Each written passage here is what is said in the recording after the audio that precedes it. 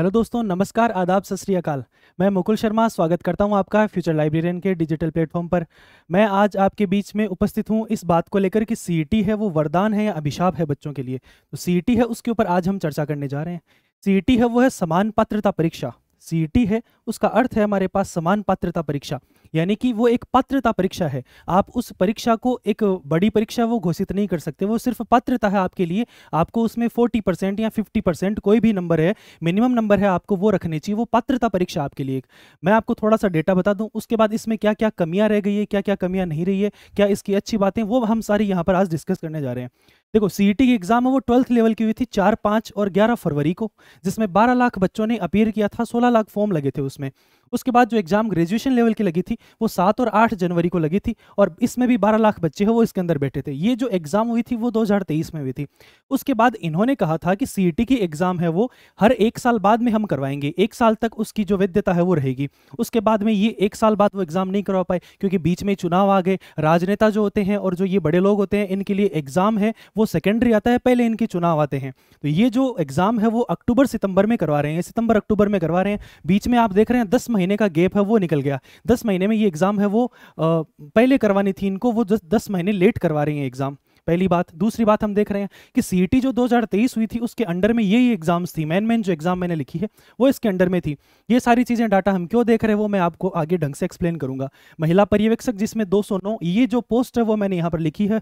ये जो पोस्ट है वो येलो पेन से लिखी गई है, और 15 गुना जो विद्यार्थी इसमें सेलेक्ट हुए हैं जो ये एग्जाम देंगे, कितने में से? 12 लाख में से। 12 लाख में से सिर्फ इतने इतने हैं वो ये एग्जाम है वो दे सकते हैं। इनमें 2 बड़ी भर्तियां हैं, 80,820 पर जूनियर अकाउंटेंट की, 76,681। ये जो बच्चे सेलेक्ट हुए हैं, 80,000 यहाँ पर हुए हैं, 76,000 यहाँ पर हुए हैं। इतनी इतनी पोस्ट के लिए हुए हैं, 5,388 और 4,147 जूनियर अकाउंटेंट और एलडीसी। ये 2 बड़ी एग्जाम इसके अंदर आती है। इसकी कमियां क्या क्या है वो हम देखते हैं। सबसे पहले इसकी जो कमी हमारे पास है वो ये है कि इन्होंने कहा था कि 1 वर्ष बाद में हम जो परीक्षा है वो कंडक्ट करवा लेंगे। पहली बात, ये 1 वर्ष में जो परीक्षा वो नहीं करवा पाए, इनको 10 महीने लेट ये एग्जाम करवा पाए, यानी कि 2 साल। 1 वर्ष तो पूरा पूरा हो गया। जनवरी जो 2023 में एग्जाम लगी थी, जनवरी 2024 में लगनी चाहिए थी वो, लेकिन चुनाव के कारण इन्होंने लेट कर दी और 10 महीने लेट वो एग्जाम करवा रहे हैं। ठीक है, इसका क्या फर्क पड़ेगा आगे हम वो देखते हैं। अब देखो, ये जो यहाँ पर इन्होंने बच्चों को सेलेक्ट किया है, 15 गुना में इन्हें सेलेक्ट किया है। आप यहाँ पर देख रहे हो, यहाँ 3100, 2600, 5000, 1600 ये बच्चे आ रहे हैं। अब जो बच्चे टॉप 1680 जो बच्चे हैं वो ये चारों एग्जाम दे सकते हैं। कौन सी? ये वाली। ये चारों एग्जाम दे सकते हैं, और चारों ही नहीं, ये 6 एग्जाम है वो दे सकते हैं। अब आप देखिए कि वो बच्चा है जो एक बच्चा सामान्य स्तर का बच्चा है, वो उस एग्जाम में अपीयर भी नहीं कर सकता। भाई, वो जो एक एलडीसी छोटी सी एग्जाम होती है किसी राज्य के लिए, वो उस एग्जाम में अपीयर भी नहीं कर सकते। उस एग्जाम में सिर्फ अपीयर करेंगे 75,000 बच्चे। कितनी शर्म की बात है। मान लीजिए कोई बच्चा है जो टॉप 5,000 में कुछ स्टूडेंट आ रहे हैं, उनमें से मान लीजिए कोई एक स्टूडेंट है, उसने ये 6 एग्जाम दी। मान लीजिए 6 में नहीं, वो उन 3 में एग्जाम में सेलेक्ट हो गया, उन 6 में से किसी 3 में वो सेलेक्ट हो गया, और जो 2 सीट है वो खा गया किसी और की। भाई, सीट तो वो एक ही ज्वाइन कर सकता है ना, बाकी जो 2 सीट है उस पर क्या होगा? वो 2 सीट है वो वापस से एग्जाम इतनी जल्दी कंडक्ट होगी नहीं। तो ये एक नेगेटिव पॉइंट ये भी है इसका। और क्या क्या नेगेटिव पॉइंट है इसके? अब जैसे मान लीजिए जो सीईटी हुई थी वो 2023 में जनवरी में हुई थी। उस टाइम पे किसी बच्चे की तैयारी वो अच्छी नहीं थी, या तो वो उस टाइम 12th में था या फिर वो कॉलेज में था। लेकिन अब जब मुख्य परीक्षा होने जा रही है, यानी कि एलडीसी की परीक्षा होने जा रही है, तब तक उसने अपना लेवल इतना अच्छा कर लिया है कि वो एग्जाम आराम से अच्छे से निकाल सकता है और वो रैंक भी फोड़ सकता है। तो उसको क्या नुकसान हुआ? जब तैयारी उसकी अच्छी नहीं थी तब आपने जो सीईटी है वो एग्जाम ले ली, लेकिन अब उसकी तैयारी जब अच्छी हो गई है तब वो उसके अंदर बैठ ही नहीं सकता, अब अपीयर ही नहीं कर सकता। क्या मतलब हुआ उसका सीईटी का फिर? है तो ये जो टाइमिंग है वो आपकी सही नहीं है। और क्या क्या कमियां हैं इसकी हम वो देखते हैं। सीईटी जो 2023 के अंडर में एग्जाम हो रही है, वो एक तो जूनियर अकाउंटेंट की बड़ी एग्जाम थी और एक एलडीसी की बड़ी एग्जाम थी। अब आप मेरे को ये बताइए कि जब आपने एग्जाम करवाई है 2023 के अंडर में करवाई है, सीईटी 2023 के अंडर में करवाई है, क्या सीईटी 2024 के अंडर में वापस करवा पाओगे? ये जो 5,000 पदों के लिए जूनियर अकाउंटेंट हुई है, 4,000 पदों के लिए एलडीसी हुई है, क्या ये दोबारा करवा पाओगे आप इस सीईटी के अंडर में? आपसे एग्जाम है वो 5 साल तक तो एलडीसी की वापस नहीं हुई। 2018 में आपने भर्ती निकाली थी, उसके बाद 2024 में आप एलडीसी कंडक्ट करवा रहे हो। तो जो सीईटी 2023 के अंडर में आप करवा रहे हो, क्या ये भर्तियां दोबारा उस बच्चे के हिस्से में आएगी? नहीं आएगी उस बच्चे के हिस्से में।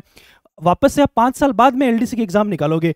वो बच्चा जो सीईटी 2024 देगा, वो उस 1 साल के बीच में जो परीक्षा आएगी सिर्फ वही दे सकता, वो एलडीसी नहीं दे सकता। वापस से 1 साल तक वापस वो सीईटी की एग्जाम देगा और वो एग्जाम वो नहीं दे सकता, क्योंकि एलडीसी आप निकाल ही नहीं रहे। एलडीसी आप 5 साल बाद में निकालोगे। वो इंतजार करेगा कब आप एलडीसी निकाल रहे हो, क्योंकि वो मान लीजिए कोई एवरेज स्टूडेंट है, वो काबिल ही एलडीसी एग्जाम के है, तो वो एग्जाम दे ही नहीं सकता, क्योंकि आपने जो एग्जाम है वो 5 साल से करवा रहे हो। 5 साल से बेचारा सीईटी दे रहा है, घिसे जा रहा है। बच्चा जब एग्जाम देता है तो सिर्फ बच्चा ही एग्जाम नहीं देता, उसके घर वाले भी उसके साथ में एग्जाम देते हैं।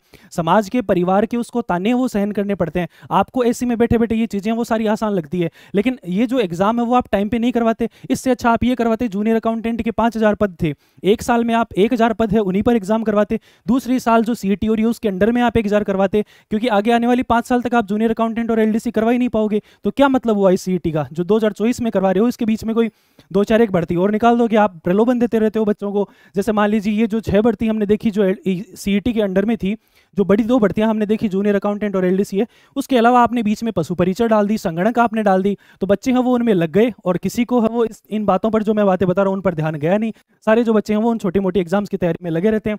जो बड़े मौके उनके हाथ से है वो निकल जाते हैं, आप उनको अपीयर ही नहीं होने दे रहे। जो बच्चा सामान्य परिस्थिति का, उसको आप अपीयर ही नहीं होने दे रहे।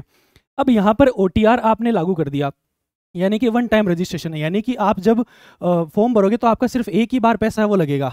उसके बाद में ओटीआर आपने करवा लिया, अब सारी एग्जाम्स के आप फॉर्म दे सकते हो। अब आपने यहाँ पर 6 भर्तियां निकाल रखी है, ये जो 6 भर्तियां आपने निकाल रखी है उसका एक बंदे ने 6 का फॉर्म भर दिया, ओटीआर आपने करवा दिया एक बार, 6 का फॉर्म भर दिया, पैसा उसका लगा नहीं, लेकिन उसका नंबर ही नहीं आया किसी में, क्योंकि नंबर तो आ रहा है। अब जो बंदा 80,821 नंबर पे है वो इनमें से कोई से भी एग्जाम नहीं दे सकता, इनमें से वो कोई से भी नहीं एग्जाम दे सकता। तो क्या मतलब हो इसका, पात्रता परीक्षा आप उसके लिए 40% या 50% वो मिनिमम जो नंबर है वो रखिए आप इसमें, इसका मतलब ही नहीं हुआ कुछ। ठीक है भाई। और क्या देख रहे हैं हम, जो ओटीआर है वो बच्चों को एक लालच है, झांसा दिया जा रहा है, प्रलोभन दिया जा रहा है। बीच में एग्जाम्स निकाल दी जाती है जो सीईटी के अंडर में नहीं है, वो प्रलोभन है। ओटीआर वो प्रलोभन है। आप किसी भी बच्चे से पूछिए, आप उनसे बोलिए कि ये जो 6 एग्जाम है इनका आपसे पैसा नहीं लिया जाएगा, लेकिन 15 गुना बच्चों को सिलेक्ट किया जाएगा, सिर्फ वही एग्जाम दे सकते हैं। एक तो आपके पास में ऑप्शन ये है, एक आपके पास में ऑप्शन है आपका ओटीआर है वो नहीं होगा। आपको जो 6 एग्जाम्स आपको ये यहाँ पर दी गई है सीईटी के अंडर में, हर एग्जाम का आपसे 500 रुपये वो फॉर्म के लिए जाएंगे, लेकिन आप वो सारी एग्जाम वो दे सकते हैं। तो बच्चा क्या चूज करेगा, आप दिमाग लगाइए, ये तो आपको भी समझने की जरूरत है। तो ओटीआर जो है वो सिर्फ बच्चों को झांसा देने के लिए, लालच देने के लिए बनाया गया है। ओटीआर का कोई मतलब है नहीं। जब बच्चे का नंबर ही नहीं आ रहा है सीईटी के अंडर में जो एग्जाम्स है उसमें, तो ओटीआर का मतलब क्या है, वो कितनी एग्जाम्स का फॉर्म भरे ना, 20 एग्जाम का फॉर्म भरे, कोई मतलब ही नहीं है उसका। और क्या कमी है इसकी। अब आपने सिलेबस बनाया है, इसका सिलेबस कितनी सोच समझ कर बनाया आपने। इंडिया जीके है उसकी history, polity, economy, geography. Rajasthan GK की हिस्ट्री, पॉलिटी, इकोनॉमी, ज्योग्राफी।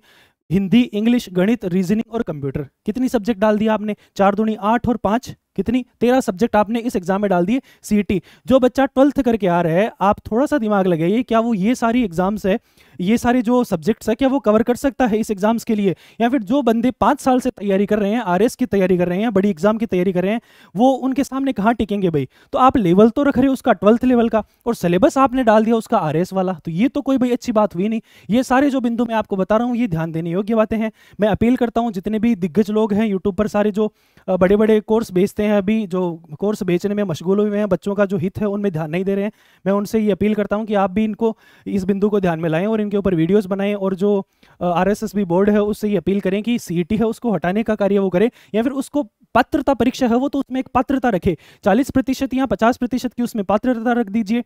और जो एग्जाम है सीईटी वो आप हर साल करवाते जाइए, हमें कोई दिक्कत नहीं है। और जो उसके अंदर एग्जाम करवाई जाती है, जैसे एलडीसी आपने करवाई तो 5000 पदों पर करवाई आपने, लेकिन जो अगले 4 साल तक बच्चा सीईटी देगा वो एलडीसी नहीं दे सकता, क्योंकि आप भर्ती नहीं निकालोगे ना।